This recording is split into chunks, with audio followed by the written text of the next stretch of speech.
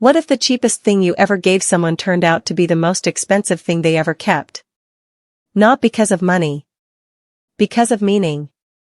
If you're tired of forcing yourself to learn English, tired of feeling like you're not improving, tired of relationships that feel empty despite everything you try, stay with me.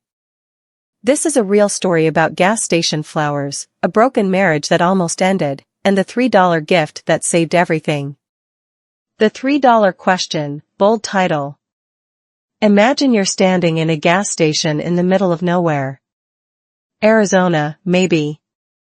The sun is punishing everything. Your car smells like old coffee and regret. And you see them. A sad little bouquet of flowers wrapped in crinkly plastic, sitting between a rack of beef jerky and a bin of discount sunglasses.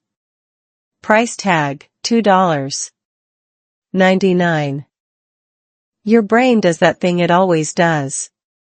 It says, that's cheap. Cheap means worthless. Worthless means embarrassing. But here's the question that changed my entire life, and I'm going to ask it to you right now, because I know exactly where you are. You're probably watching this video while doing dishes, or hiding in your car during lunch break, or lying in bed at 11 p.m. feeling like you failed at something again. Maybe it's English. Maybe it's your marriage.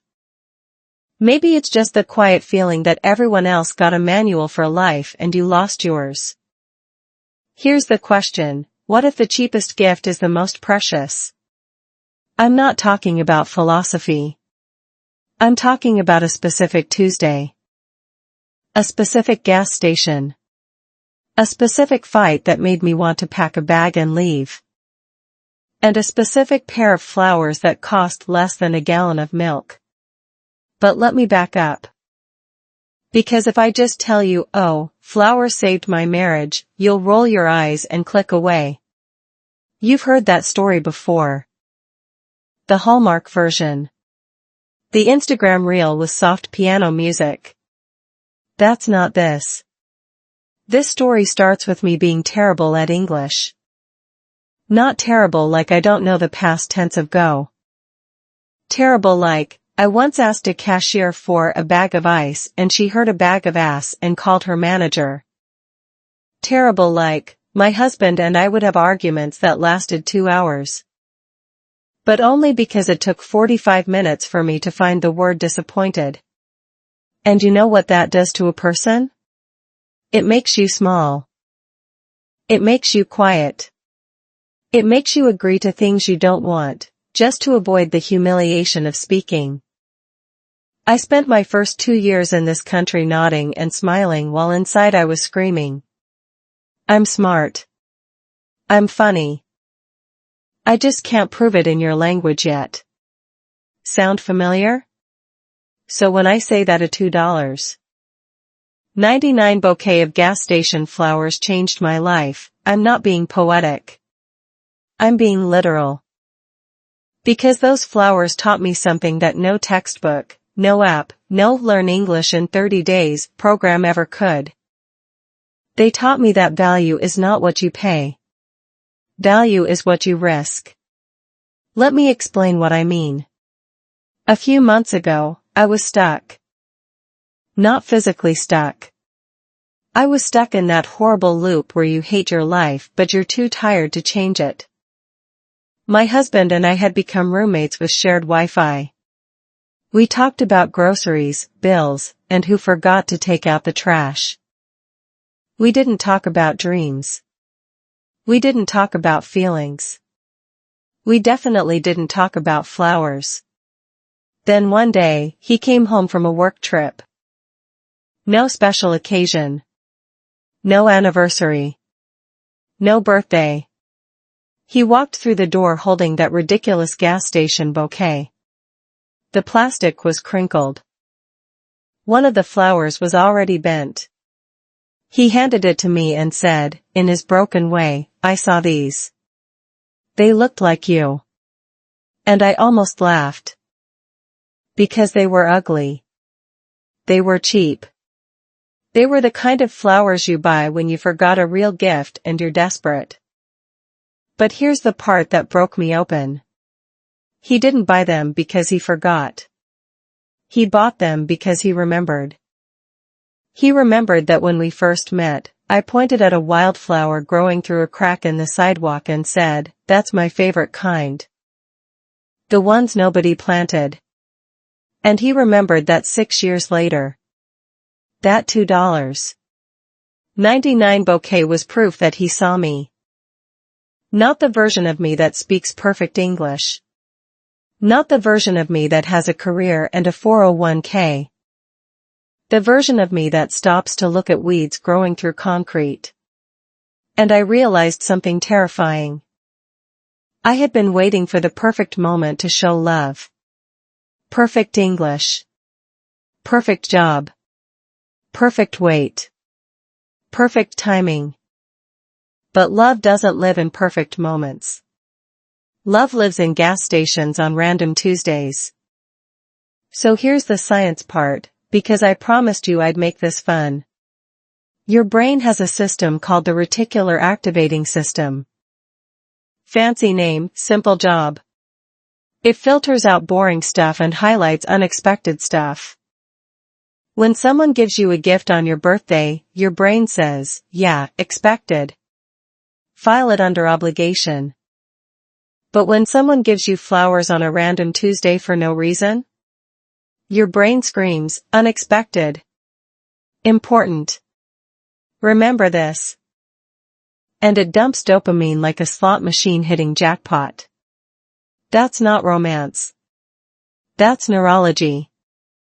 And that's why cheap gifts work better than expensive ones. An expensive gift says, "I have money." A cheap gift that shows you paid attention says, "I see you."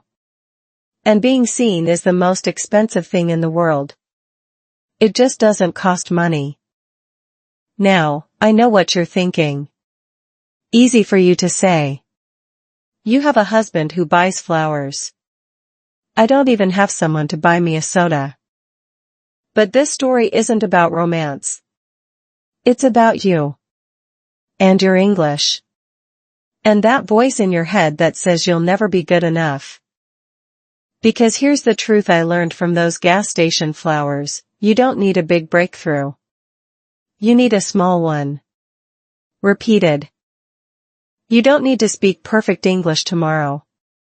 You need to say one sentence today that you couldn't say yesterday. You don't need to fix your whole marriage. You need to do one small thing that says, "I see you." You don't need to buy expensive flowers. You need to pick a weed from the sidewalk and put it in a cup. That's the secret. And it's so stupidly simple that your brain will reject it.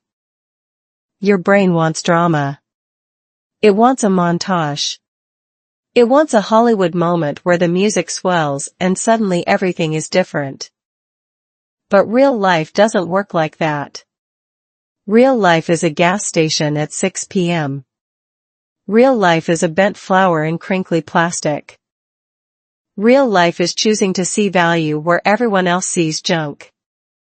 So let me ask you again. What if the cheapest gift is the most precious? And what if the smallest effort in your English practice, just 5 minutes today, just one sentence, just one word you pronounce correctly, what if that's the flower that changes everything? You don't have to believe me yet. Just stay for the next part. Because I'm going to tell you exactly what happened after I got those flowers. And it wasn't pretty. We almost lost everything. But that cheap bouquet became a life raft. And I want to show you how to build your own. A bunch of gas station flowers. Let me take you back to that gas station. Not the one in Arizona I mentioned earlier, a different one. A smaller one. The kind with flickering fluorescent lights and a floor so sticky your shoes make a sound every time you lift your foot. It was December. Not the pretty Christmas movie December. The real December, gray sky, cold rain that isn't quite snow. And that specific loneliness that hits you when you're far from home and everyone around you speaks in a language that still feels like a wall. I was inside buying milk. That's it. Just milk. Our son had finished the last drop that morning, and my husband, let's call him Mike, because that's his name, had asked me to pick some up on my way back from somewhere. I don't even remember where anymore. That's how unimportant the errand was. What I remember is the flowers. They were sitting in a battered blue bucket next to the cash register. Not the fancy cooler section. Just a bucket. The flowers inside were a mess. Some had brown edges. One was missing half its petals. The variety was chaotic. A few carnations trying hard to be pink. Some tiny white things I still can't name. And one dramatic sunflower that was already nodding its head like it had given up on life. Price, $2.99, plus tax. I stood there for probably 30 seconds, which is forever when you're just buying milk. The cashier, a bored teenager with purple hair, watched me like I was deciding the fate of the world. And inside my head, a war was happening. Voice 1, they're ugly. Don't buy ugly flowers. He'll think you have no taste. Voice 2, they're $2. Who cares? Voice 1, but what's the occasion? You can't just buy flowers for no reason. That's desperate. Voice 2, since when do you need a reason? Voice 1, since always. Flowers are for birthdays, anniversaries, apologies. Not for a random Tuesday in December when you're buying milk. I walked away. I paid for the milk. I walked to my car. And then I sat there for another full minute, gripping the steering wheel, feeling like a coward. Not because of flowers. Because of that voice. That horrible, exhausting voice that tells you everything you do is either too much or not enough. You know that voice, don't you? It's the same voice that tells you you'll never learn English because you're too old. Too busy. Too tired. It's the same voice that told you to skip that conversation with your neighbor because you'll mess up the grammar. It's the same voice that made you close that textbook last week and promised to start again Monday, and Monday never came. I hate that voice. But back then, I listened to it. So I drove away. No flowers. Just milk. And here's where the story gets honest, not pretty. That night, Mike and I had dinner in silence. Not the comfortable silence. The loaded silence.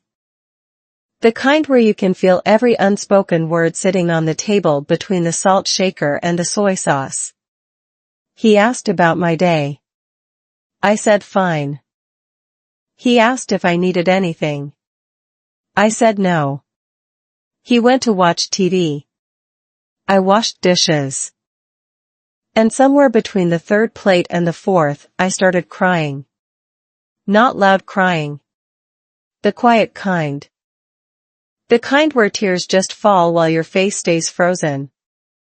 Because you practiced not showing pain so many times that your muscles forgot how to look sad. He didn't hear me. Or maybe he did and didn't know what to say. That's the thing about two people who are both exhausted. You stop reaching for each other because you're afraid your hand will be slapped away. I went to bed at 9 p.m. Not because I was tired. Because lying in the dark was better than sitting next to someone who felt like a stranger. The next morning, Mike left for work before I woke up. That wasn't unusual. But when I walked into the kitchen, something was different. On the counter, next to the coffee maker, was a glass of water. And in that glass of water was one flower. Not a bouquet. Not a $2.99 bucket special. Just one flower. A sad, slightly wilted carnation that looked like it had been rescued from a trash can. And next to it, a sticky note. 3 words. His handwriting, which is terrible. 3 words that made me sit down on the kitchen floor and cry so hard my dog came over to lick my face. The note said, "For no reason." I found out later, much later, like a year later, that he had driven back to that gas station after I fell asleep. At 10 p.m. In the rain. Because he saw me looking at those flowers. He saw me walk away. And he knew, without me saying a word, that I needed something small and stupid and beautiful to remind me that I mattered. He bought the whole bucket. All of them, $2.99 each. He took them home, picked the least dead one, put it in a glass, and threw the rest away because they were too ugly to give. And then he wrote that note. Now, here's what I need you to understand. This didn't fix everything. We didn't hug and dance and live happily ever after. The next week, we had another fight about money. The week after that, I cried in the car again. The month after that, I almost booked a flight back to my home country because I was so tired of feeling stupid every time I opened my mouth in English. But that one flower. That $2.99 carnation in a drinking glass. That sticky note with 3 words. It became an anchor. Every time I wanted to give up, on English, on marriage, on myself, I thought about Mike driving to a gas station at 10 p.m. in the rain to buy ugly flowers for no reason. And I thought, if he can do that for me, maybe I can do something small for myself. So here's your practical takeaway. Not a lecture. Just an experiment. Go today. Not tomorrow. Today. Find something cheap. Something under $5. It doesn't have to be flowers. It could be a weird keychain. A postcard. A single cookie from a bakery. And give it to someone, or to yourself, for no reason. No birthday. No apology. No expectation. Then watch what happens. Watch your brain's reticular activating system light up. Watch yourself feel slightly more real. Slightly more seen. Because that's how you learn English. That's how you save a marriage. That's how you survive a country that isn't yours. Not with big gestures. With gas station flowers. In the next section, I'll tell you about the first time I really messed up English in public, and how that embarrassment turned into my greatest teacher. But first, let me ask you, when was the last time you gave yourself permission to do something small and kind for no reason? The American way of nothing special. So there I was, sitting on my kitchen floor with a wilted carnation in a drinking glass, crying into my dog's fur. And somewhere between the second sob and the third, a very annoying thought crawled into my brain. It said, "You almost missed this. You almost said no to flowers because you didn't have a reason." That thought wouldn't leave. It followed me into the shower. It sat next to me during breakfast. It whispered to me while I was trying to read a bedtime story to my son in my broken English. Stumbling over the word giraffe so badly that he laughed and said, "Mommy, it's giraffe, not giraffe." And I realized something humiliating. I had been living my entire life like a person waiting for permission. Permission to be happy. Permission to receive love. Permission to buy $2.99 flowers. I thought love had to be earned through big milestones. Anniversaries. Birthdays. Apologies after fights.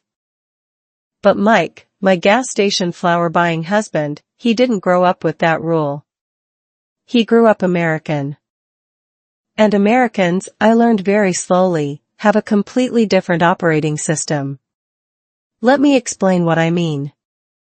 In the culture I grew up in, you don't just give gifts for no reason. That's weird. That's suspicious.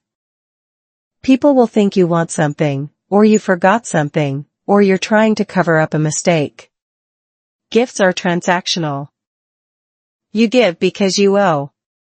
You give because the calendar says so. You give because if you don't, people will talk. But here in the US? Mike's mom once mailed him a single sock. Just one sock. With a note that said, "Found this in the dryer. Thought you'd want it back. No occasion. No holiday. Just a sock." And he smiled like she'd sent him a gold bar. I married into a culture where people say "I love you" before hanging up the phone. Every single time. Where coworkers bring donuts on a random Wednesday just because. Where a stranger at the grocery store will look at your crying toddler and say, "Been there, honey," and hand you a free lollipop from their own pocket. At first, I thought it was fake. Performative. The kind of nice that doesn't mean anything. But then I started paying attention. And here's what I discovered: Americans aren't necessarily nicer than anyone else. They're just better at small, meaningless kindnesses that turn out to be deeply meaningful. This is where science comes back in, because I promised you fun. There's a concept in psychology called communal coping. Fancy term. Simple meaning. When people do small, random acts of kindness with no expectation of return, it triggers a release of oxytocin, the bonding hormone, in both the giver and the receiver. Not a little bit. A lot. One study from UC Berkeley found that people who received an unexpected small gift, like a $3 flower, reported higher levels of happiness for up to 3 days. 3 days. From a carnation that cost less than a coffee. But here's the part that blew my mind. The same study found that people who gave the unexpected small gift were even happier than the receivers. Giving, it turns out, is a neurological cheat code. Your brain rewards you for generosity like it's rewarding you for eating chocolate. Except chocolate makes you feel guilty afterward. Kindness doesn't. So why am I telling you this in an English learning video? Because I want you to understand something that no textbook will ever teach you. Language is not just grammar and vocabulary. Language is a door into a culture's emotional logic. If you want to learn American English, real American English, not the kind in textbooks, you have to learn the small, weird, nothing special moments that Americans fill their days with. Let me give you an example. When I first moved here, I heard people say "have a good one" constantly. At the grocery store. At the bank. At the gas station. And I thought, have a good what? One what? Day? Life? Sandwich? It made no sense to me. I tried to translate it literally, and my brain broke. But then I realized, have a good one is not a sentence. It's a small, meaningless kindness. It's a verbal flower. It costs nothing. It takes 1 second. And it says, "I see you. You exist. I hope whatever you're doing next doesn't suck." That's it. That's the whole magic. Once I understood that, everything changed. I stopped trying to translate American English literally. I started trying to translate the feeling behind it. When a cashier says, "How's it going?" they don't actually want your life story. They're not being fake. They're giving you a $0. 00 flower. The correct response is not a detailed report of your day. The correct response is another small flower. Good, you? That's it. That's the dance. Two people exchanging tiny, meaningless, precious kindnesses. And somehow, that dance holds the whole country together. So back to my kitchen floor. The carnation. The sticky note that said for no reason. I realized that Mike had been trying to teach me this dance for years. He would bring me coffee in bed on a Tuesday. He would send me a text that just said giraffe because he knew I'd messed up that word with our son. He would leave the last slice of pizza for me even when he was still hungry. And I barely noticed. Because I was too busy waiting for the big gestures. The anniversary dinner. The diamond necklace. The perfectly wrapped Christmas present. I almost missed the whole point. The point is not the big things. The point is the thousands of tiny, nothing special moments that fill the space between big things. Here's your practical challenge for today, and I'm serious about this. Go somewhere public. A coffee shop. A grocery store. A park. And find a stranger. Just one. Say something small and meaningless. Nice shoes. Love that color. Have a good one. Don't overthink it. Don't expect anything back. Just give away a free flower made of words. Then notice how you feel. Notice if your shoulders relax a little. Notice if your brain releases that tiny hit of oxytocin. Notice if the world feels slightly less lonely. Because that's how you learn English.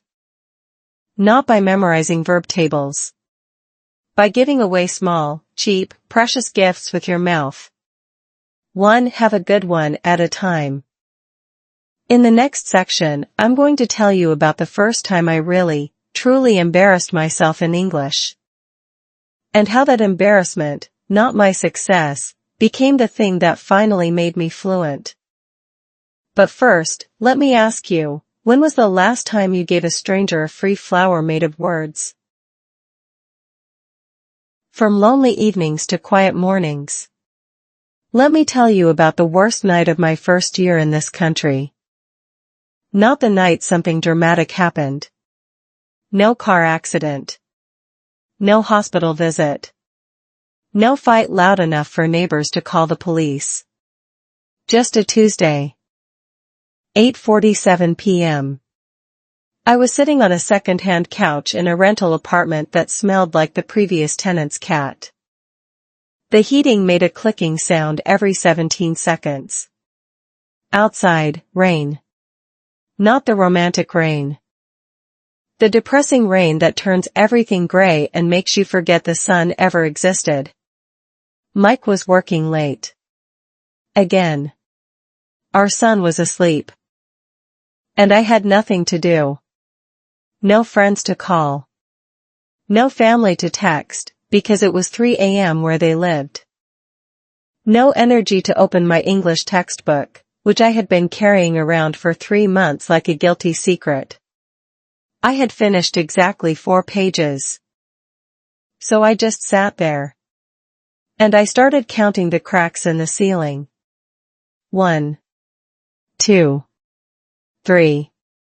By the time I reached 47, I was crying. Not the cathartic cry. The hollow cry. The kind where you're not even sad about anything specific. You're just empty.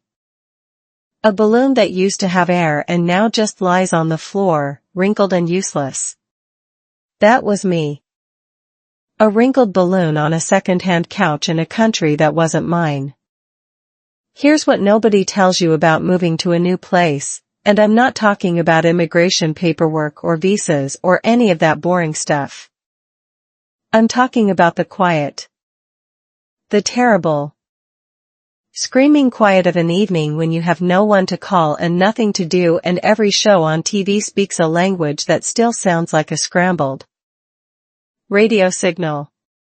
I used to be someone who loved quiet. Before I moved here, I craved silence. I would turn off my phone just to hear nothing. But that was different. That was chosen silence. This silence was forced. It was the silence of being invisible. Of walking through a grocery store and realizing that if you disappeared right now, no one would notice until the milk went bad. Do you know that feeling? Maybe you're not in a different country. Maybe you're just in a different city. Or a different job. Or a different phase of life where all your old friends got busy and you got left behind. But the feeling is the same. You look around and think, does anyone actually see me? My English, back then, was a disaster. Not the funny kind of disaster where you accidentally say something embarrassing and everyone laughs. The sad kind. The kind where you open your mouth and nothing comes out because you're so afraid of making a mistake that your brain just shuts down. Like a computer that freezes when you click too many things at once. I remember once, a neighbor knocked on my door to borrow sugar. A simple request. 3 words, can I borrow sugar? But I panicked. I knew the word sugar. I knew the word borrow. But my mouth couldn't put them together in time. So I just stood there, nodding like an idiot, until she smiled awkwardly and left. I closed the door and pressed my forehead against the wood and whispered to myself, you can't even say yes to sugar. How are you going to live here? That night, the night of the ceiling cracks, I made a decision. Not a heroic decision. A small, pathetic one. I decided that I would learn English not because I wanted to, but because I couldn't survive the silence anymore. The silence was louder than any sound I'd ever heard. So I did something ridiculous. I opened my laptop and searched for easiest English story for beginners. I found a children's book online. The Very Hungry Caterpillar. I had read it to my son 100 times in our language. But in English? I didn't know half the words. Caterpillar. Cocoon. Butterfly. I sounded like a robot having a seizure. But I read it anyway. Out loud. To myself. On that second-hand couch, at 9:30 p.m., while the rain tapped against the window and the heater clicked every 17 seconds. I read it slowly. 1 word at a time. When I didn't know a word, I didn't look it up. I just guessed. I let my mouth make sounds that felt wrong. I let myself be bad. And here's what happened. Nothing magical. I didn't suddenly become fluent. I didn't have a breakthrough. But I finished the book. All 26 pages. And for the first time in months, I felt a tiny spark. Not pride. Not hope. Just movement. Like a car engine that had been dead for so long it forgot how to turn over, and then suddenly, click. Not a start. Just a click. That click was enough. The next night, I read it again. Faster. The night after that, I recorded myself on my phone and played it back. I sounded terrible. My accent was so thick you could spread it on bread. But I heard myself. And hearing yourself, really hearing yourself, is the first step to believing that you exist. I want to tell you something that might sound strange. Loneliness is not the absence of people. Loneliness is the absence of being seen. You can be in a room full of people and feel completely alone if no one really looks at you. And the opposite is also true. You can be completely alone and feel deeply connected if you have learned to see yourself. That's what those lonely evenings taught me. I stopped waiting for someone to come save me from the silence. I started saving myself. One caterpillar at a time. Here's your practical experiment for today, and don't skip it. Find something ridiculously easy to read in English. A children's book. A cereal box. A shampoo bottle. Read it out loud. Record yourself on your phone. Then play it back. Don't judge. Don't criticize. Just listen. Listen to the sound of your own voice in a language that isn't yours. That sound? That's not failure. That's proof that you're trying. And trying, even when you're bad at it, is the most beautiful thing a human being can do. In the next section, I'm going to tell you about the first time someone, a stranger, saw me when I felt completely invisible. And how that one small moment of being seen changed everything. But first, let me ask you, when was the last time you heard your own voice in English and didn't hate it? A stranger's kindness. So there I was, reading The Very Hungry Caterpillar to myself like a grown woman who had lost her mind. And don't get me wrong, it helped. A little. But reading to yourself in an empty apartment is like clapping with one hand. You need something else. Someone else. A mirror that talks back. I got that mirror on a Thursday. Not from Mike. Not from a friend, because I didn't have any yet. From a stranger. An old woman at a laundromat. And she probably doesn't even remember me. But I remember her like she saved my life. Because in a way, she did. Let me set the scene. Our building's washing machine had died for the third time that month. So I dragged 2 heavy bags of laundry 6 blocks to a place called Spin City Laundromat, which is a terrible name, but the machines worked. It was 7 p.m. The place smelled like detergent and regret. Fluorescent lights buzzed overhead. A broken TV in the corner played a news channel with no sound. I was sitting on a plastic chair that had been chewed by someone's dog, staring at my clothes spinning in circles, feeling completely invisible. That's the thing about laundromats. Everyone ignores everyone. It's a social contract. You look at your phone, or at the wall, or at the lint trap. You don't look at people.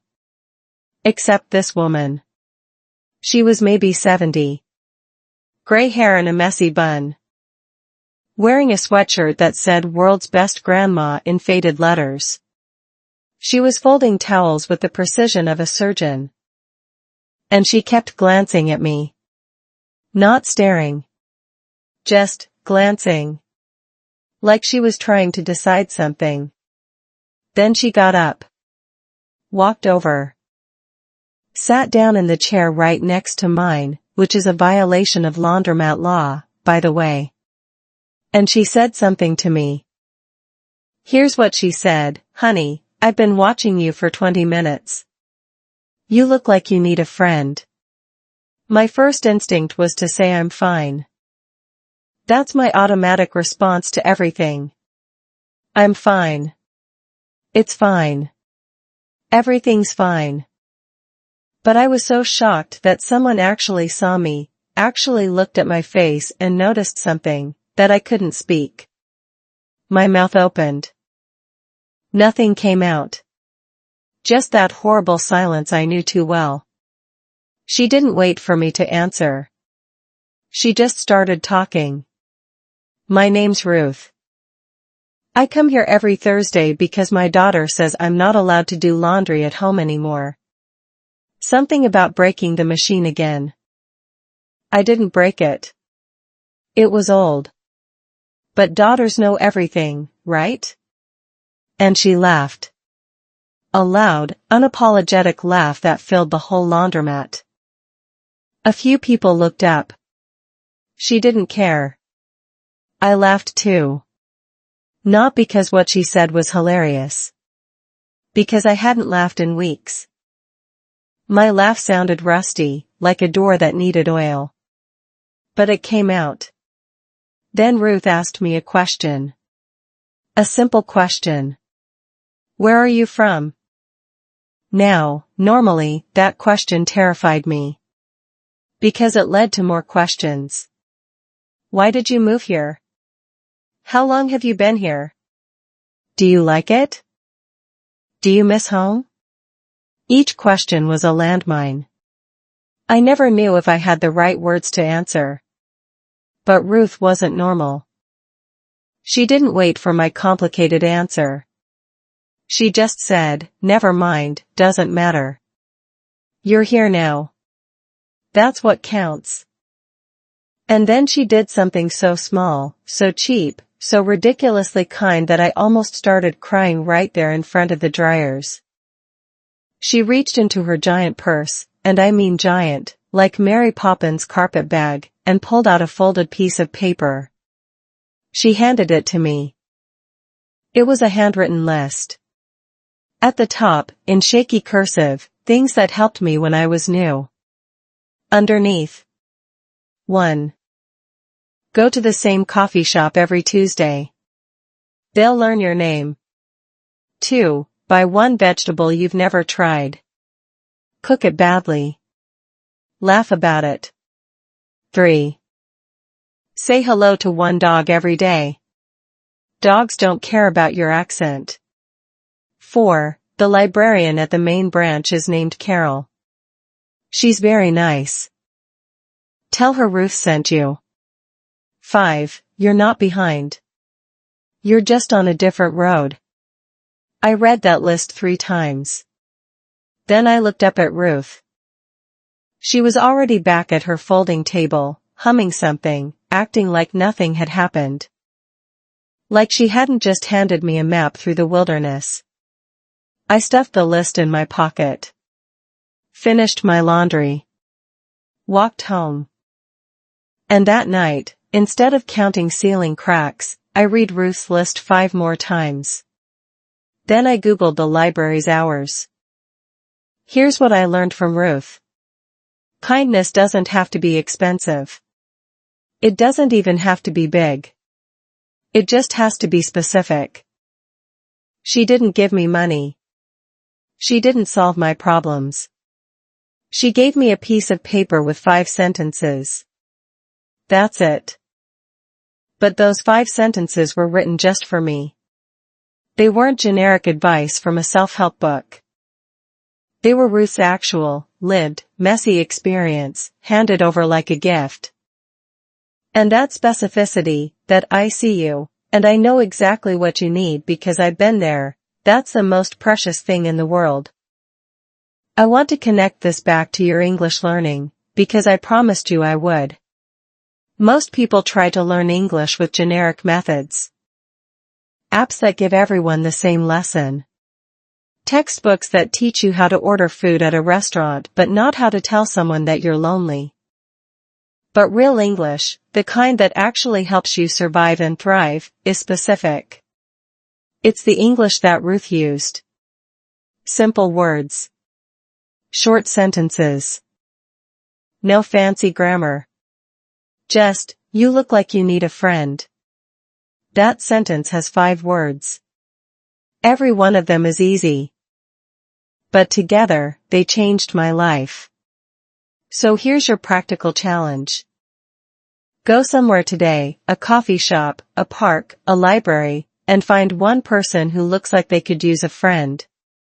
It doesn't have to be dramatic. You don't have to solve their problems. Just say one specific, small, kind thing. I like your hat. That's a cute dog. The line over there is shorter. Say it in English. Say it badly if you have to. Just say it. Because here's the secret that Ruth taught me, people don't need you to be fluent. They need you to be present. In the next section, I'm going to tell you how I met Mike. Not the romantic version. The real version. The one with bad weather, a broken car, and a misunderstanding that almost made me walk away forever. But first, let me ask you, who was the last stranger who saw you when you felt invisible? Falling in love slowly. You'd think after Ruth and her magical list, everything got easy. It didn't. I still had lonely evenings. I still froze when cashiers asked, "How's it going?" I still said giraffe instead of giraffe. But something had shifted. A tiny crack in the wall of my isolation. And through that crack, light started to seep in. Slowly. Annoyingly slowly. The kind of slow that makes you want to give up because you can't see the progress from one day to the next. That's how I met Mike. Not in a rom-com way. No coffee shop meet cute. No spilling a drink on his shirt. No thunderstorm forcing us to share an umbrella. We met because his car broke down in front of my apartment building. That's it. A 2008 Honda Civic with a dead battery and a driver who looked like he hadn't slept in 3 days. I was taking out the trash. Romantic, right? I had on my rattiest sweatpants, a stained hoodie, and my hair was doing something that can only be described as aggressiveness. He was standing next to his open hood, staring at the engine like it had personally offended him. Here's what I did next, and I'm not proud of it. I walked past him. Didn't say a word. Just dropped my trash bag in the bin and turned to go back inside. Because my brain was screaming, "Don't talk to strangers. Your English is terrible. He'll think you're stupid. Just go inside. Go inside. Go inside." I made it to my door. Key in the lock. And then, I don't know why, I stopped. Maybe it was Ruth's voice in my head.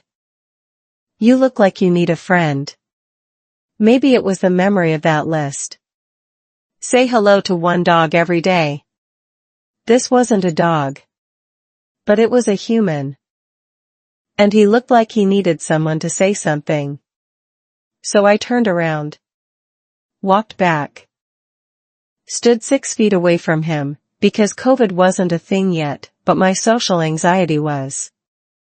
And I said the only English sentence I was absolutely sure of, "Do you need help?" His head snapped up. He had tired eyes. The kind of tired that lives in your bones, not just your eyelids. And he said, "I need a jump start." "You got cables?" I didn't know what jump start meant. I thought he wanted to exercise. But I knew cables. Like the ones on my TV. I shook my head. He sighed.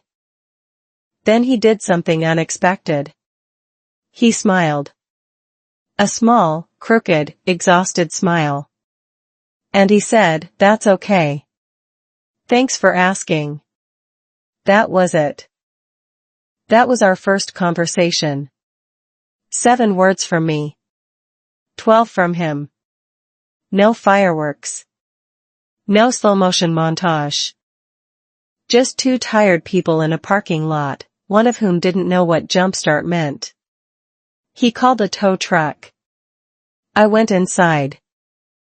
And I didn't think about him again for 3 weeks. Then I saw him at the grocery store. The same tired eyes. The same hoodie, different color. He was standing in the pasta aisle, staring at 2 boxes of spaghetti like they were quantum physics. I recognized him because of his car, the dead Honda.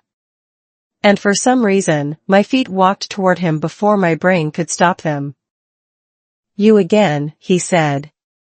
Not unfriendly. Just surprised. "You again," I repeated, because that was the only response I knew. He laughed. Not a polite laugh. A real one. You don't talk much, do you? My stomach dropped. Here it was. The moment where I had to explain. So I took a breath. And I said the truest thing I had learned since moving here: I talk. Just slow. English is not my first. He looked at me for a long second. Then he put down the pasta boxes. And he said something I have never forgotten. That's okay. I listened slow too.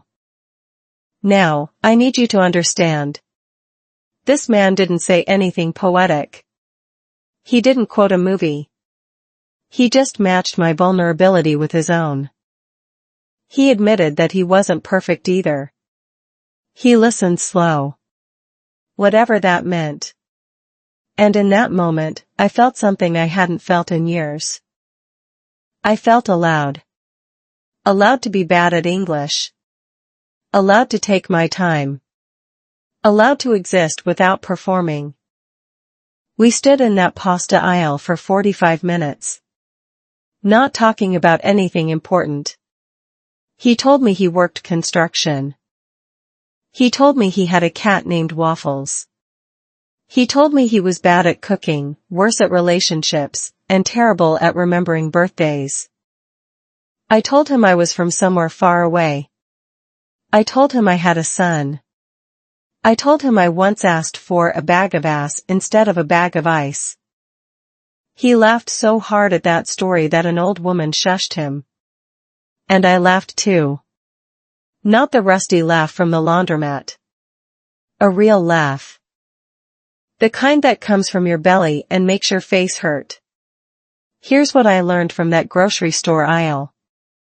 Falling in love doesn't happen in big moments. It happens in small ones. In the spaces between words. In the permission to be bad at something together. Most people think love is about finding someone perfect. It's not. It's about finding someone who looks at your imperfections and doesn't flinch. Mike didn't care that my English was broken. He cared that I tried. He cared that I walked back to his broken car when I didn't have to. He cared that I stood in the pasta aisle even though I was terrified. And that's the same lesson for learning English. You don't need to be perfect. You need to be present. You don't need to say everything right. You need to say something. Anything. Because the person on the other side, the cashier, the neighbor, the stranger at the laundromat, they're not waiting for you to be fluent. They're waiting for you to be human. Our first date was not a date. He came over to fix my sink, which was dripping for 2 months, and I made him spaghetti. The spaghetti was overcooked. The sauce came from a jar. He ate every bite and said it was the best meal he'd had all year. I knew he was lying. But I also knew he was lying because he wanted me to feel good. And that, right there, is a language that doesn't need words. We started seeing each other slowly. Walks around the block. Grocery store trips where we'd argue about which brand of peanut butter was better. He taught me the word crunchy. I taught him how to say thank you in my language. He butchered it every time. I didn't care. 3 months in, I still hadn't said I love you. Not because I didn't feel it. Because I didn't know how to say it in English without it sounding like a line from a movie. So one night, after he fixed my garbage disposal, he fixed a lot of things, I wrote him a note. Just 2 words. In my handwriting. You stay. He kept that note in his wallet for 3 years. Here's your practical experiment. Think of someone in your life, a partner, a friend, a family member, or even yourself. Find one small, specific thing you appreciate about them. Not a big thing. A small thing. You remember my coffee order. You laugh at my bad jokes. You stay. Then tell them. In English if you can. In your own language if you need to. The language doesn't matter. The seeing does. Because love, like English, is not about getting it right. It's about showing up and trying again. In the next section, I'm going to tell you about our wedding. The one with no flowers. No fancy venue. No guests except a stranger who became a witness. And how that cheap, imperfect wedding turned out to be the most valuable thing I own. But first, let me ask you, when was the last time someone saw your imperfection and didn't flinch? The wedding without flowers. You'd think after the pasta aisle and the fixed sink and the note that said you stay, we would have had a normal relationship. We didn't. Because nothing about us was normal. He worked nights. I worked days. Well, worked is a strong word. I was a stay-at-home mom who couldn't drive and couldn't order pizza without panicking. Mike once came home to find me crying because the cable company had changed their automated menu and I couldn't find the button for speak to a human. But here's the thing about slow love. It doesn't need big gestures. It needs time. And we had time. Lots of awkward, messy, mispronounced time. So when Mike proposed, it wasn't a proposal. He didn't get down on one knee. There was no ring. No dinner reservation. No photographer hiding behind a bush. We were sitting on that same second-hand couch, watching a nature documentary about penguins, because penguins mate for life. And he thought that was romantic. I thought he was just really into penguins. He said, we should get married. I said, okay. That was it. 4 words. Total. No, will you? No, yes. Just 2 exhausted people on a couch, agreeing to be exhausted together forever. The wedding was 3 weeks later. At the courthouse. On a Tuesday. Because Tuesday was the only day Mike could get off work.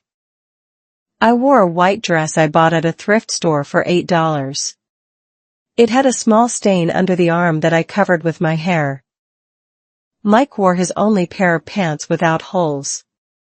Our son, who was 3 at the time, wore a bow tie that kept falling off. We had no guests. No music. No flowers. Wait. Let me stop there. Because the no flowers part is important. Remember the gas station bouquet? The $2.99 carnation in a drinking glass? That hadn't happened yet. That story came years later. This wedding happened before the flowers. Before Ruth's list. Before I learned to say jumpstart. This was me at my most raw. Most broke. Most invisible. The courthouse was gray. Beige, actually. Beige walls, beige carpet, beige fluorescent lights. The judge was a woman named Judge Martinez who looked like she'd performed about 10,000 weddings and was bored of all of them. She read the vows from a script. Do you take this man? Do you take this woman? Standard.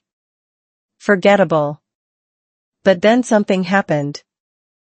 After we said I do, after Mike put a $40 ring from a mall kiosk on my finger, Judge Martinez looked at us. Really looked. And she said something that wasn't in the script. You two look tired, she said. That's good. Tired means you're trying. Keep trying. Then she signed the paper and left. That was our wedding. $8 dress. $40 ring. 0 flowers. A judge who diagnosed our exhaustion and called it hope. We celebrated by going to a diner. The kind with cracked vinyl booths and a menu sticky from years of syrup. Mike ordered a burger. I ordered coffee. Our son drew on a napkin with a crayon that was mostly teeth marks.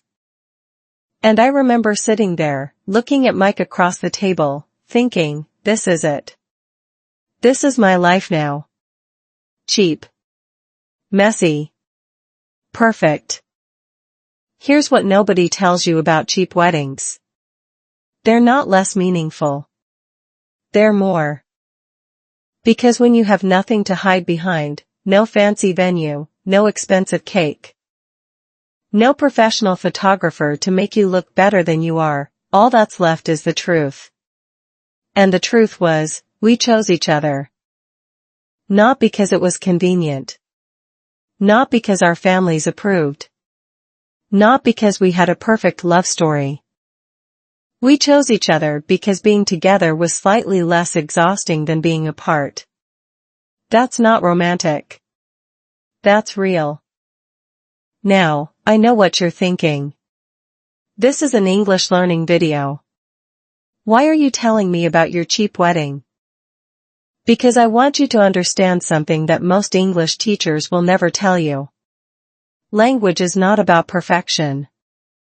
Language is about connection.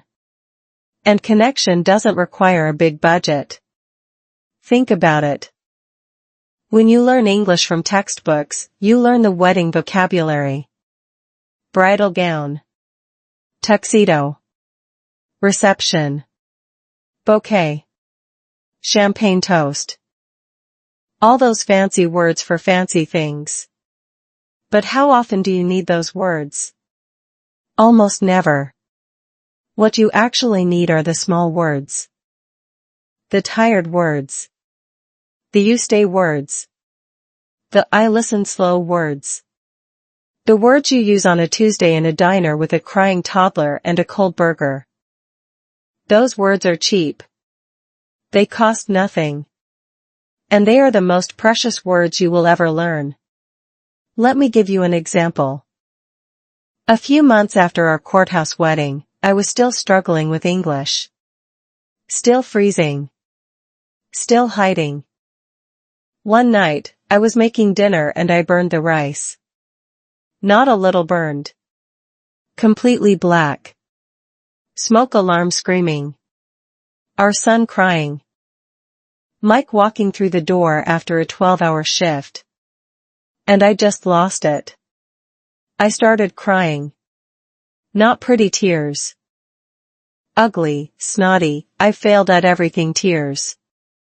And I said to Mike, in English, because I was too tired to translate, I can't do anything right. He looked at the burned rice. Looked at me. Then he said something I will never forget. You can cry right. You're very good at that. I laughed so hard I snorted. And that laugh, that ridiculous, snorting, burned rice laugh, was more healing than any perfectly cooked meal. Because he didn't try to fix me. He didn't say it's okay or you'll do better tomorrow. He just saw me. In my failure. And he stayed. That's the English you need. Not the English of presentations and job interviews. The English of burned rice and courthouse weddings. The English of you stay and I listen slow. The English of cheap flowers and cheaper love. Here's your practical experiment. Think of a time you failed at something small. Burnt dinner. Forgot a word. Mispronounced something embarrassing. Now, find one person, just one, and tell them about it in English. Don't try to be funny. Don't try to be perfect. Just say, I messed up today. I burned the rice. Or I said the wrong thing. Or I felt stupid. Notice what happens. Notice that the world doesn't end. Notice that the person probably doesn't laugh at you, they laugh with you. Notice that your failure becomes smaller when you share it. Notice that connection, not perfection, is the whole point. In the next section, I'm going to tell you about the hardest year of our marriage. The year we almost didn't make it. The year the cheap flowers hadn't been invented yet, and we forgot how to see each other. But first, let me ask you, when was the last time you let someone see your burned rice? Struggles of marriage. The cheap wedding was beautiful in its own messy way. But beautiful doesn't pay bills. Beautiful doesn't fix a leaking roof. Beautiful doesn't teach you how to say, "I'm not angry, I'm just tired," in a language that still feels like wearing shoes on the wrong feet. Year 2 of our marriage nearly killed us. Not dramatically. No affair. No screaming fights in the street.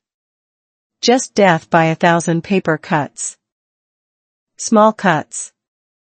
The kind you don't notice until you realize you're bleeding from everywhere. Let me give you an example. One night, Mike came home from work and I had dinner ready. That sounds nice, right? A wife cooking dinner for her tired husband. Except I had burned the chicken. Again. And the rice was undercooked. And the vegetables were from a can because fresh ones cost too much. And Mike walked in, looked at the plate, and said nothing. Just sat down. Ate. Chewed. Swallowed. Silence. That silence was louder than any insult. Because what he didn't say was, "You can't even cook a simple meal. What do you even do all day?" And what I didn't say was, "I spent 2 hours at the grocery store trying to read labels, comparing prices, doing math in my head. Feeling stupid every time the cashier spoke too fast. I'm exhausted. I'm lonely. I'm trying. Why can't you see that I'm trying?" We didn't say any of that. We just sat there. Chewing. Swallowing. Dying a little more. Here's the thing about marriage. It's not the big fights that break you. It's the small silences. The moments when you have something to say but you don't say it because you're too tired, or too proud, or too scared of saying it wrong. And those small silences pile up like snow. Each one is light. Fluffy. Harmless on its own. But after a while, you look around and you're buried. Money was a big part of it. Not because we were greedy. Because we were scared. Mike worked construction, which meant some weeks he had plenty of hours and some weeks he had none. I couldn't work because my English wasn't good enough for anything except jobs that paid less than the cost of childcare. So we lived in that awful space between we're fine and we're one emergency away from disaster. One month, the car broke down. The same Honda from our meet cute. It needed a new alternator. $700. We didn't have $700. So Mike borrowed from his brother. And I cried in the bathroom so he wouldn't hear me. And that night, we had another silent dinner. Another pile of snow. I started to hate myself. Not in a dramatic, movie montage way. In a quiet, insidious way. I hated that I couldn't contribute. I hated that my English was still broken after 2 years. I hated that I needed Mike to translate doctor appointments and phone calls with the landlord and the note from our son's school about parent-teacher conferences. I was an adult. But I felt like a child. A dependent.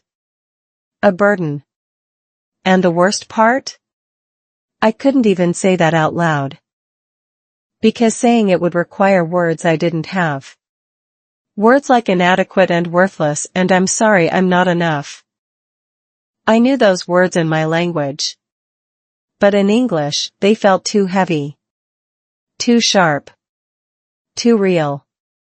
So I said nothing. And Mike said nothing.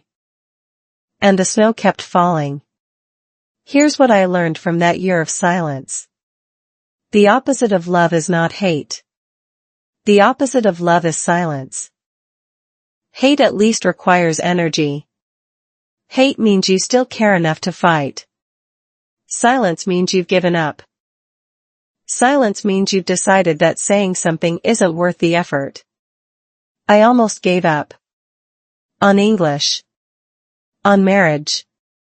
On myself. There was a night, I remember it exactly, when I packed a bag. Not a dramatic bag. A small one. A change of clothes.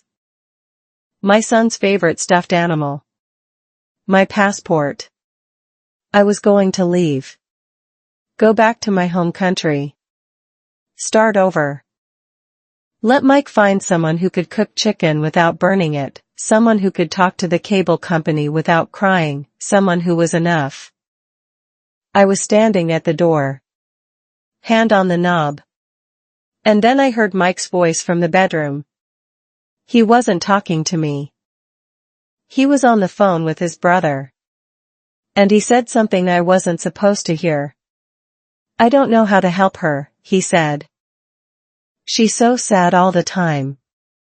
And I'm so tired. But I can't lose her. She's the best thing that ever happened to me. Even when she's sad. Especially when she's sad. I put the bag down. Sat on the floor. Cried for 20 minutes. Then I made coffee. 2 cups. Walked into the bedroom. Handed him one. And I said, in English, with the worst grammar you've ever heard, I not leave. I stay. But we talk. Hard talk. You listen slow. I talk slow. Okay? He looked at me. His eyes were red. He hadn't been sleeping either. And he said, okay. That was the first real conversation of our marriage. Not the easy conversations. The hard one. The one where we admitted that we were both drowning and neither of us knew how to swim. We talked for 3 hours. About money. About loneliness. About the way he felt useless because he couldn't fix my sadness. About the way I felt useless because I couldn't speak his language. About the small silences that were killing us. We didn't solve anything that night. But we started. And starting, even badly, is better than staying silent. Here's your practical experiment. Think of one hard thing you haven't said. To your partner. To your friend. To yourself. Something small. Not the biggest thing. Just one sentence. I'm scared. I'm tired. I need help. I don't know what I'm doing. Now say it. Out loud. To yourself first. Then to someone else. In English if you can. In your language if you need to. The words don't have to be perfect. They just have to be spoken. Because silence is expensive. It costs you your relationships, your peace, your sense of self. Speaking, even badly, even slowly, even with the wrong grammar, is the cheapest gift you can give. And sometimes, it's the most precious. In the next section, I'm going to tell you about the gas station flowers. The real story. The one that this whole video is named after. How a $2.99 bouquet on a random Tuesday became the symbol of everything I almost lost and everything I found. But first, let me ask you, what's one hard thing you've been silent about? Becoming parents. After that night, the coffee at 3 a.m., the hard talk, the unpacking of the bag, something shifted. Not everything. We didn't suddenly become the perfect couple. Mike still left his socks everywhere. I still burned rice. But we started talking. Really talking. About small things. About big things. About the fact that our son was growing up and we had no idea what we were doing. Becoming parents is weird. Everyone tells you it's magical. No one tells you it's terrifying. The first time they handed me my son, tiny, red-faced, screaming like a police siren, I thought, who let me have this? I can't even keep a plant alive. And Mike, standing next to me, looked just as terrified. His hands were shaking. He held the baby like it was a bomb that might explode. We learned together. Slowly. Badly. I read parenting books in English, stumbling over words like colic and latch and sleep regression. Mike Googled how to change a diaper at 2 a.m. while the baby cried and I cried and the dog hid under the bed. We were a mess.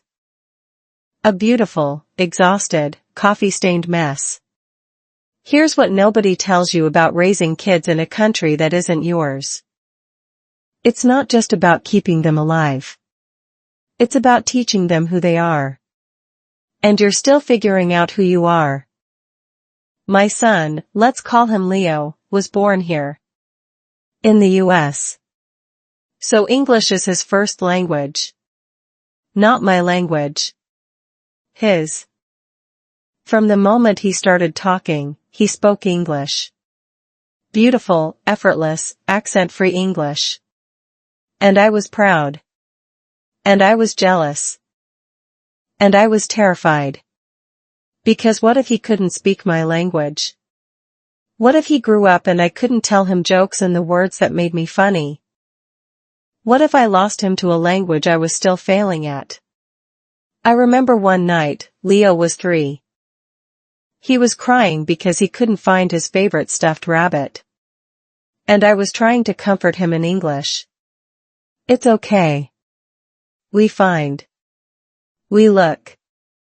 Rabbit is, somewhere. But my words were clunky. Wrong. Not soft enough. He kept crying. And then Mike came in. He knelt down. And he said, in the worst accent you've ever heard, because he was trying to speak my language, Rabbit is sleeping. He will wake up tomorrow. Leo stopped crying. Not because the words were perfect. Because Mike tried. He tried to speak my language, for my son. And that effort, that messy, mispronounced, beautiful effort, was more comforting than any perfect English sentence. I learned something that night. Children don't need perfect parents. They need parents who try. They need parents who are willing to be bad at something, to look foolish, to say the wrong word, and to keep going anyway. Because that's what resilience looks like. And resilience is the only thing that actually protects them. Fast forward to now. Leo is older. He speaks both languages. He switches between them like a DJ mixing songs. Sometimes he corrects my English. Mom, it's I saw, not I seen. And I want to be offended, but I'm not. Because he's right. And because he's helping me. And because helping each other is what families do. But here's the part that gets me. Every night, before bed, Leo asks me to tell him a story. Not in English. In my language. He says my language sounds like music with words. And I tell him stories from my childhood. Stories about my grandmother. Stories about the house I grew up in. Stories about the food we ate and the games we played and the way the rain smelled different there. And he listens. He doesn't understand every word. His vocabulary in my language is smaller than mine in English. But he listens. Because he's not listening to the words. He's listening to me. To my voice. To the sound of home. That's what cheap gifts look like in a family. Not expensive toys. Not fancy vacations. A bedtime story in a language only one of you speaks perfectly. A parent who tries and fails and tries again. A child who corrects your grammar and then kisses your cheek. We have 2 children now. A second one came along a few years after Leo. A girl. She's wild. She climbs furniture. She once painted the cat blue. She also speaks English like a native and my language like a tourist who just arrived. And she doesn't care. She'll mix them in the same sentence. Mommy, can I have moss milk? Yes. Yes, you can have moss milk. Because that's how languages grow. By mixing. By messing up. By not caring about the rules. Here's your practical experiment. If you have children, or nieces, or nephews, or neighbors, any small human in your life, do this tonight. Tell them a story in English. Not a perfect story. A simple one. Today I saw a bird. The bird was brown. It flew away. That's it. That's a story. Tell it badly. Use the wrong tense. Mispronounce brown. They won't care. They'll just be happy you're talking to them. If you don't have small humans in your life, tell the story to yourself. Or to your dog. Or to the mirror. The point is not the audience. The point is the telling. Because here's the secret that becoming parents taught me, you don't have to be ready. You just have to start. You don't have to be fluent. You just have to open your mouth. You don't have to be a perfect parent, partner, or person.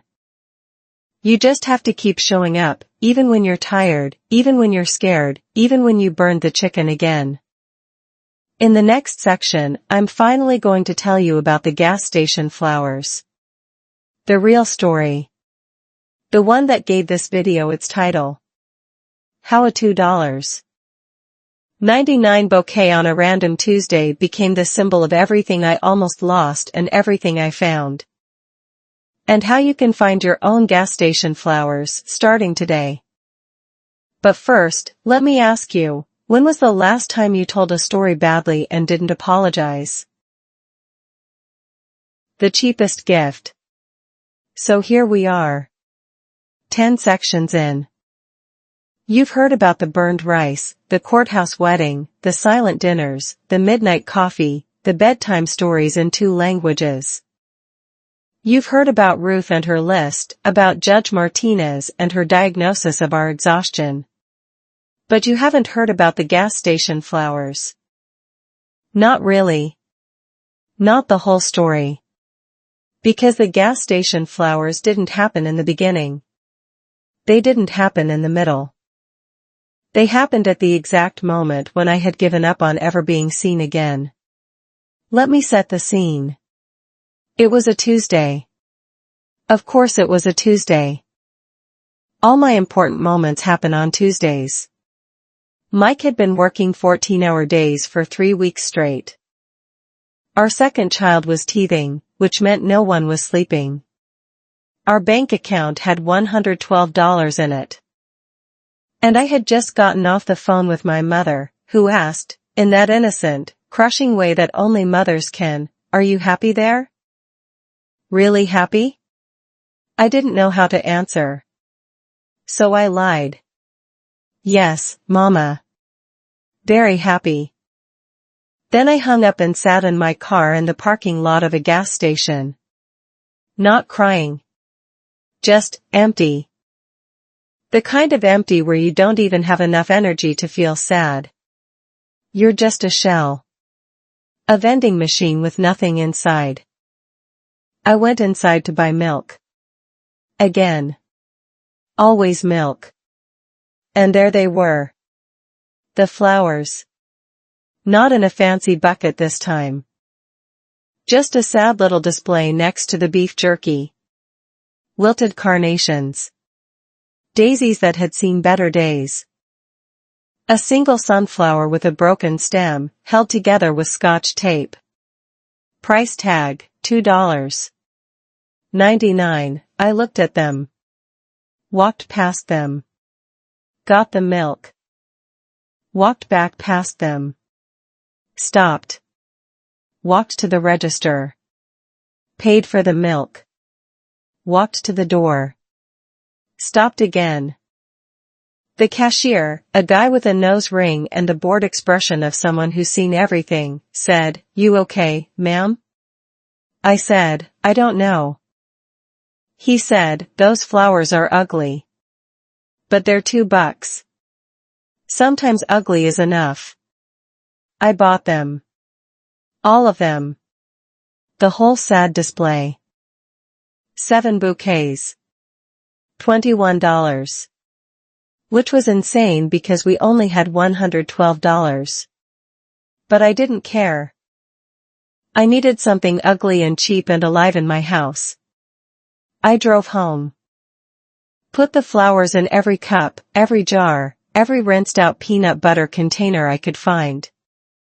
The kitchen looked like a funeral home for misfit plants. Then I waited for Mike to come home. He walked in at 9 p.m. His face was gray with exhaustion. His boots were caked with drywall dust. He looked at the kitchen, at the explosion of ugly flowers in mismatched containers, and he didn't say anything for a full 10 seconds. Then he said, "What's the occasion?" And I said, in English, with the worst grammar, with tears already starting, "No occasion. Just Tuesday. Just I miss you. Just I feel like we forget to see each other." He put down his lunchbox. Walked over to the sink. Picked up the saddest flower of them all, a carnation that was more brown than pink, and tucked it behind his ear. Like a pirate. Like a child. Like someone who had decided to be ridiculous because ridiculous was better than another silent dinner. Then he said, "I see you. I see you putting flowers in peanut butter jars. I see you trying to learn English for 7 years and still saying giraffe. I see you crying in the car because your mom asked if you're happy. I see you." I'm sorry, I forgot to say it. I started crying. Not the empty cry. The full cry. The kind that cleans you out. And that night, we didn't have a silent dinner. We had a ridiculous dinner. We put the burned chicken on the good plates. We lit a candle that smelled like ocean breeze but actually smelled like bathroom cleaner. We let the kids watch an extra hour of TV. And we talked. About nothing. About everything. About the fact that we had both been so focused on surviving that we forgot to live. Those gas station flowers cost $21. They lasted 4 days. The carnation behind Mike's ear lasted about 20 minutes before it fell off and the dog ate it. But that night, that Tuesday, lasted forever. Here's what I learned. The cheapest gifts are the most precious because they cost nothing except attention. Anyone can buy a diamond. It takes no imagination. No risk. No vulnerability. But a $2.99 flower on a random Tuesday? That requires you to see someone. To notice that they're struggling. To say, without words, "I know you're tired. I'm tired too. But we're tired together." That's the gift. Not the flower. The seeing. And here's the science part, because I promised you fun. There's a psychological concept called capitalization. It's a fancy word for a simple idea. When someone shares a good thing with you, even a tiny good thing, like finding a parking spot or buying ugly flowers, and you respond with genuine enthusiasm, their happiness doubles. Triples. It's like compound interest for emotions. But here's the kicker. Most people don't capitalize. They say that's nice and change the subject. Or they don't notice at all. Because they're distracted. Tired. Scrolling on their phones. And those missed moments, those tiny failures to see, they add up. They become the snow that buries you. Mike could have ignored the flowers. He could have said, "Why did you waste money on that junk?" He could have walked past me and turned on the TV. That would have been the end of something. Instead, he put a dying carnation behind his ear. He made himself ridiculous. And that ridiculousness, that small, silly, $2.99 gesture, saved us. Your practical experiment today is embarrassingly simple. Find something cheap. Something under $5. A candy bar. A postcard. A single cookie. A flower from a gas station.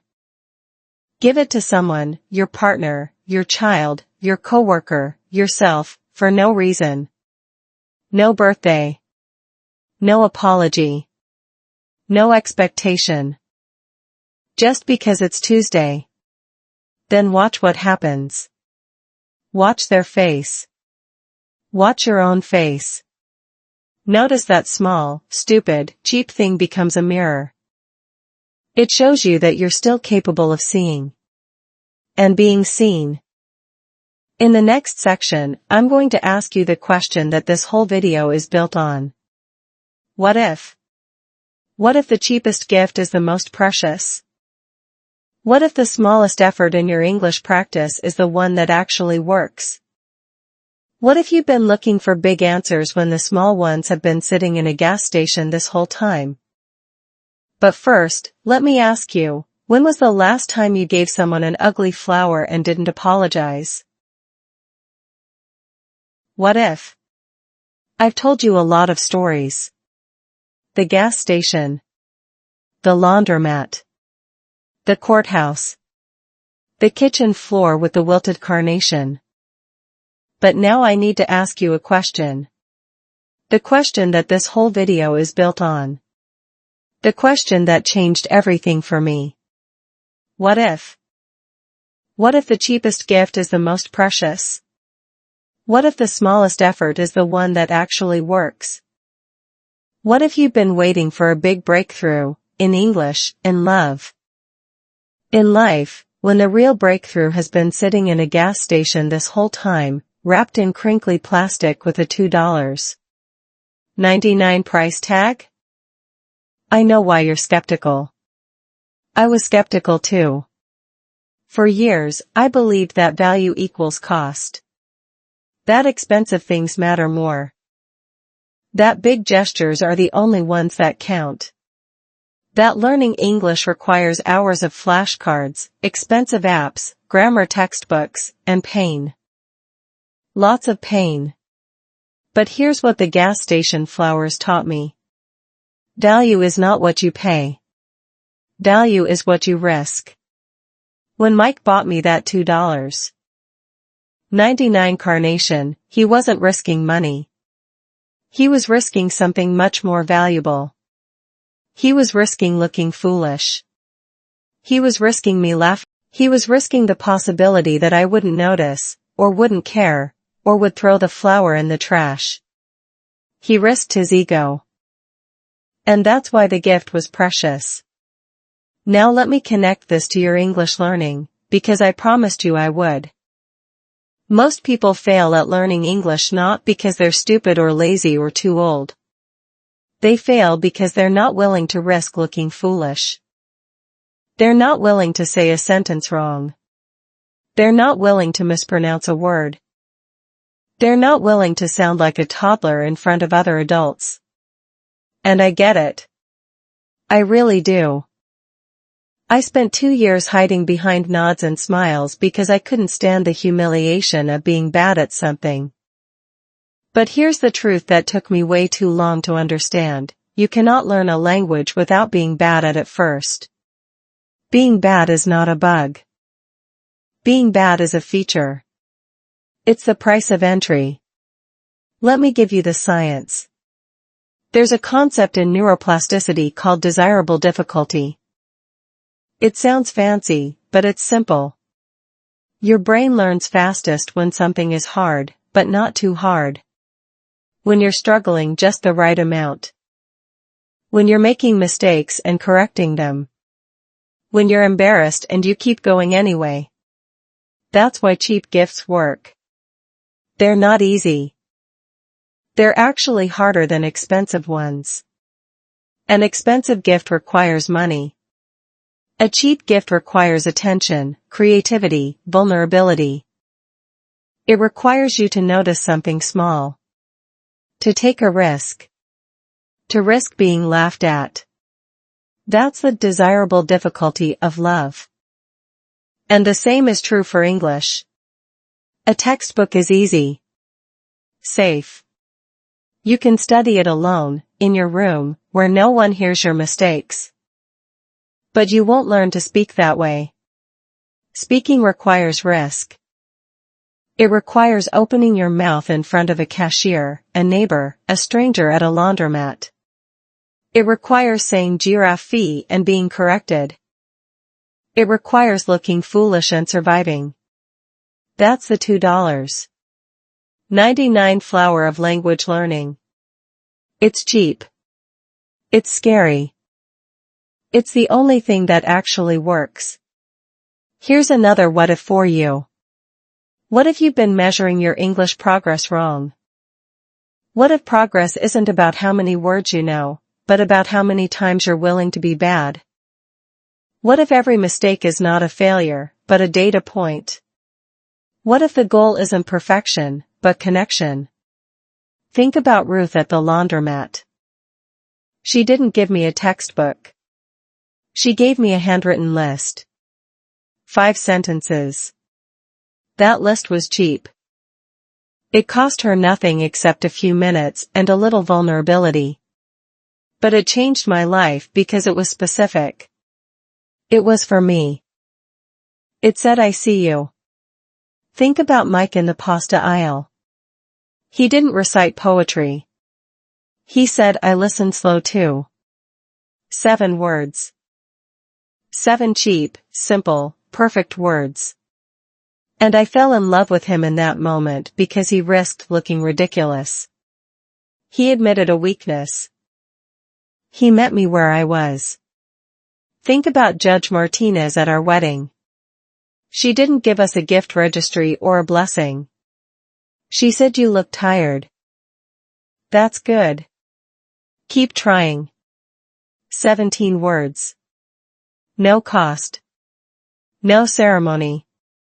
Just a stranger seeing 2 exhausted people and naming their exhaustion as hope. These are gas station flowers. All of them. Cheap. Small. Easy to ignore. And absolutely precious. So here's my challenge to you. Stop waiting for the expensive solution. Stop waiting for the perfect moment. Stop waiting until your English is good enough to talk to people. Your English will never feel good enough. That's not a flaw in you. That's a feature of being human. We never feel ready. We just start.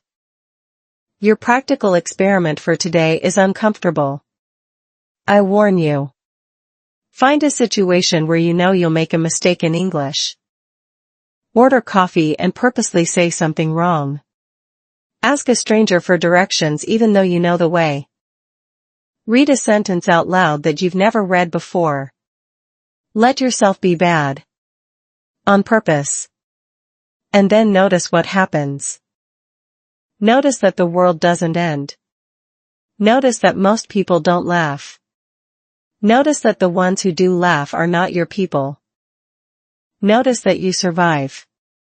Notice that surviving being bad makes you less afraid of being bad tomorrow. That's how you learn English. Not by avoiding mistakes. By collecting them. By wearing them like badges. By saying I messed up that word today, but tomorrow I'll mess up a different one. The gas station flowers were ugly. They were cheap. They were almost thrown away. But they saved my marriage because someone saw them and said sometimes ugly is enough. Your English is ugly right now. I say that with love. It's imperfect. It's halting. It's full of mistakes. And that's exactly why it's precious. Because it's real. Because you're trying. Because you haven't given up. In the final section, section 12, I'm going to give you the ending. The happy ending.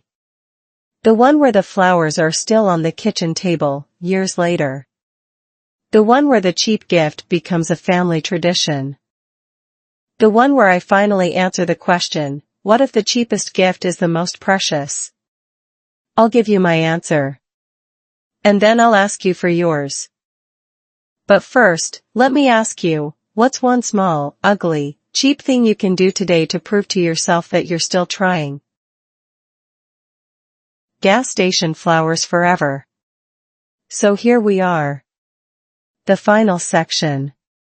The part where I'm supposed to give you a beautiful, tidy ending. The kind where the music swells and the camera pans out and you feel like everything is resolved. I'm not going to do that. Because life doesn't have tidy endings. Life has gas station flowers on random Tuesdays, over and over again. Let me tell you where those flowers are now. The ones from that night. The $21 worth of ugly carnations and broken stem sunflowers. Most of them died within a week. The dog ate one. The kids knocked over two. One ended up in the trash during a cleaning spree. But one, just one, we kept. Not the flower itself. That would be disgusting. We kept the jar. A peanut butter jar, actually. The kind with a blue lid and a label that never fully comes off. We washed it out. Peeled at the sticky residue for way too long.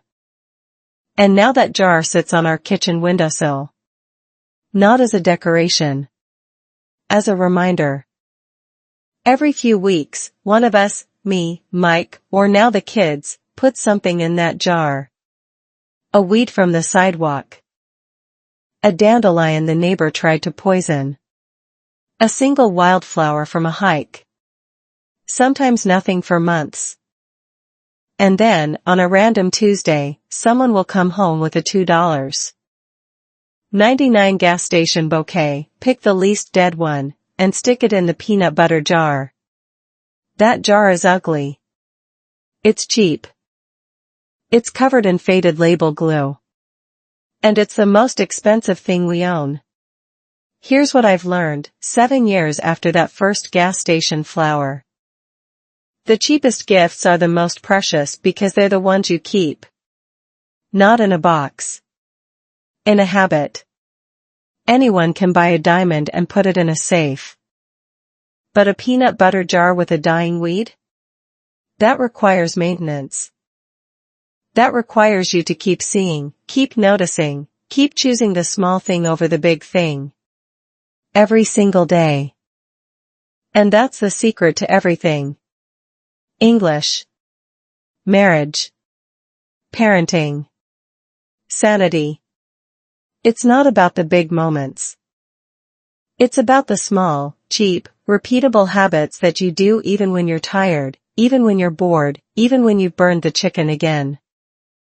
Let me give you an example from today. This morning, I was making coffee. The usual chaos.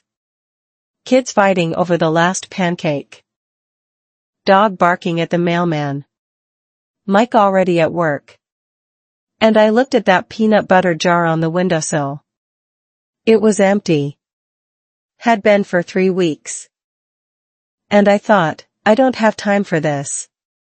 But then I remembered. That's exactly what the voice says. I don't have time. It's just a flower. It doesn't matter. That voice almost cost me my marriage. I wasn't going to listen to it again. So I walked outside. Picked a weed. A real weed. The kind people pay to poison. Put it in the jar. Took a picture. Sent it to Mike with no text. He replied 30 seconds later, Blossom, that's it. A single emoji. That was our conversation. That was our I see you. That was our gas station flower. That's not romantic. That's not a movie. That's just two tired people who decided, 7 years ago, that cheap flowers were worth more than expensive silence. Now let me bring this back to you. Because this video is called Gas Station Flowers, but it's really about something else. It's about the voice in your head that says, that's not enough.